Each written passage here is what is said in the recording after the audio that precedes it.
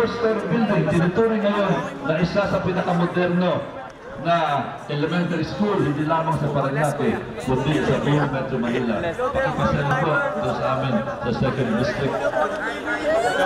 Itatanong ko kayo, kayo ba nag-absent nung nag-aaral pa kayo dito?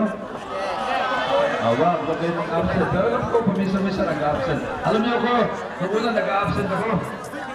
Pero alam ko, na-realize ko, ako nawawalan pag nag-absent ako. Tama? Sapagkat absent ka sa pagturo ng teacher, hindi ka matututo sa pagtuturo ng teacher.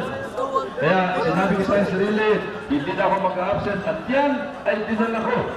Hindi lamang sa eskwela, hindi lamang sa kolehiyo, hindi lamang sa master's program, kundi pati sa trabaho.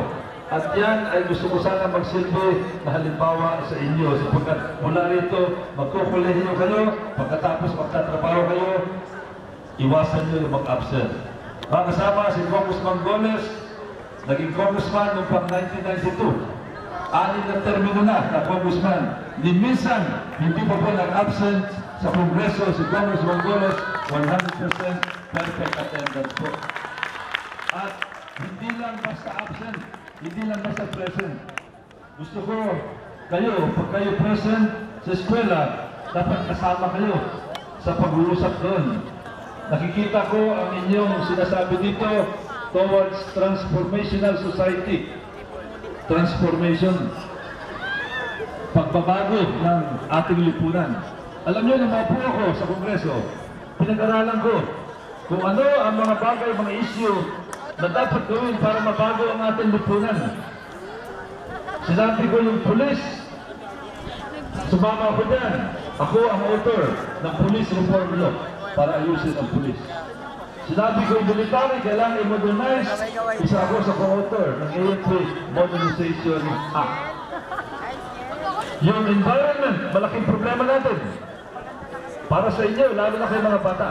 Kaya ako mayakda ng climate change law ng ating bansa na malaki ang may tutulong sa ating kinabukasan, lalo na sa problema ng climate change. Edukasyon, ganda din po. Criminality. Ako ang author ng Witness Protection Program. At marami pa iba. Sapagkat alam ko na kailangan ito para mabago ang ating lipunan, sumama tayo sa pakikipagsipate. Yan din sana ang gusto kong hilingin sa inyo. Maging aware kayo sa mga problema ng ating lipunan para kayo ay makatulong. Itong bandang huli, mayroong malaking issue na ang laki ng epekto sa ating lahat sa inyo. Alam niyo ba na pinag-aralan ng World Bank? 20% ng ating budget nawawala dahil sa graft and corruption. Mga magkano yan? That's about 300 billion, 400 billion pesos sa budget natin, taon-taon ang nawawala.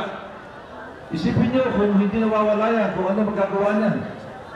Para sa inyong edukasyon, mas makagandang mga school buildings, simentado mga kali, paglinis ng ilog, paglinis ng karagatan, livelihood para sa mga tao, at marami pang magandang proyekto, mass transportation na kailangan natin dito sa Parañaque. Kaya lang, nawawala yung 300, 400 billion. Kaya po, tinitingnan natin gusto ang graft and corruption. Doon pa man, nilalabanan ko na ang graft and corruption. Kaya itong bandang huli, nung magkaroon ng issue laban kay General Garcia, 2-star general, na akusan ng plunder. Natatandaan niyo yan. Si Juan Ramos po ang unang tumayo para itimbestiga si General Garcia. Marami nagsabi, Congressman, hinay-hinay. 2-star general yan, mahirap panggain yan. Ang sagot ko sa kanila, kahit na 2-star general siya, kahit na 3-star general siya, umigit pa, haharapin ko ang general na yan, sapagkat mas importante, malinis natin ang armed forces of the Philippines. Para sa inyo, isipin nyo, ano mangyayari sa atin kung ang ating armed forces, under the Constitution, the AFP is the protector of the people. Pagkatapos, nanakawan na yung pondo ng AFP, kaya tayo pumayag. Kaya itong bandang huli, meron pa isang issue. Ang issue ng ombudsman. Alam niyo yan, di ba? Nagkaroon ng impeachment proceeding, ang Kamara ng Representante, pinigilan ng Korte Suprema nagkaroon ng status quo anti-order, TRO, para pigilan kami. Ang inyong Congressman Roy Goles, isa sa mga tumayo para makipagdebate dito sa status quo anti-order about the judicial review power of the Supreme Court over the House of Representatives. And it's a good thing that we will sustain. The Supreme Court lifted the TRO, kaya pinagpatuloy namin ang impeachment proceeding. At gusto ko ibalita sa inyo, nung magbutuhan tungkol sa impeachment ng ating ombudsman, Congressman Goles, together with Congressman Olivares, voted yes for the impeachment of the ombudsman. Because naniniwala po ako na kailangan linisin natin ang opisina ng ombudsman para malinis natin ang ating gobyerno at mabawasan yung 300 billion to 400 billion pesos na nawawala sa ating gobyerno taon-taon. Ngayon, alam ko, gagraduate na kayo. Iniisip nyo ano bang nangyayari sa inyo sa mga darating na panahon. Papasok pa kayo ng kolehiyo. Ilan sa inyo nakakasiguro na makakapasok kayo sa kolehiyo? Ilan sa inyo nag-aalala kung kaya nyo ang kompetensya sa kolehiyo? Kasi meron ba nagsasabi, kung gusto paano yan kami? Public school lang kami, ang makakalaban namin sa kolehiyo, mga graduate ng mga sikat na eskwelahan, mga anak na mayayaman, huwag po kayong mag-alala. Andito po ako.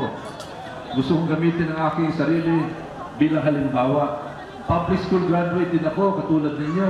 Pero mas graduate ako ng isang eskwelahan na talagang napakababa ang antas kumpara sa mataas na antas ng Parañaque National High School.